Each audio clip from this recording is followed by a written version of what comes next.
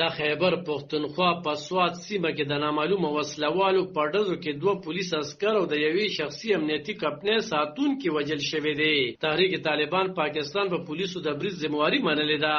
د سوات پولیس تایید کړي چې دا پیښه نن سهار د سوات د سرخار منګوري په سبزي منډي کې خغه مخال شوي چې وسلوال په ډیوټي مامورو پولیس عسکرو باندې را تر سړځ وکړي. پولیس ویلي چې په دې ډزو کې د عمران خان او اشرف علي په نوم 2 پولیس عسکر وجل شوي او تعلق یې د سوات رحیم آباد د امانکوټ سیمې سره دی. سرچینې وایي چې په ډزو کې د بینګ یو امنیتي ساتونکي موسی خان خم سخت جوبل شوی وو او وروسته یې په روغتون کې ژوند د لاسه ورکړی دی. سرچینې وویل چې د پیښې نه وروسته پولیسو سیمه په ګیره کې اخیستې وه او د لټون عملیات یې پیل کړي دي.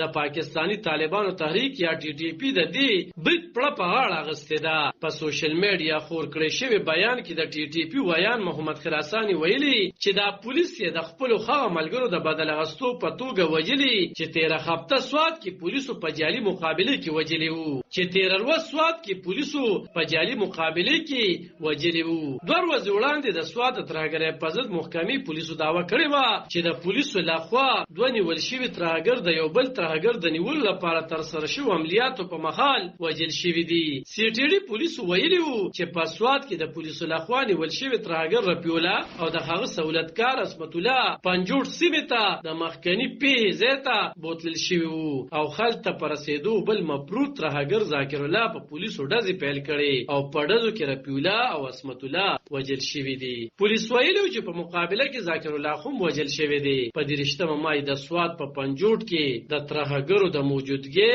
او نیخت خبر مه تراغلی وو او ویل شو چې ترهګرو سره په نیخته کې یو ځایتن وجل شوی او یو پولیس اهلکار جوړ شو. په 30 مای تحریک طالبان پاکستان دعوه کړې و چې په پنجوټ کې د یو جاسوس په مرسته پولیسو د ټي ټي پي په غړو حمله کړې او په جوابي عملیاتو کې د یو جاسوس د وجلو پولیس اهلکار جوړولو ذمہواري منلې و.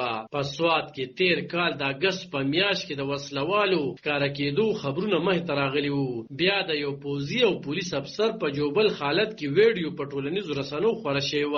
د سپتمبر په میاشت کې د سوات امن کمیټې د مشر ادریس خان په گاډي 14 کې د امن کمیټې مشر سره د 8 کسانو وجل شوي او دغه پیښې 2 ورځې وروسته په یو بل پیښه کې د امن کمیټې په خواني په عمرتن په وسلوال برید کې وجل شوی وو. دغه دوړو پیښو ذمہواري تحریک طالبان پاکستان منلې و.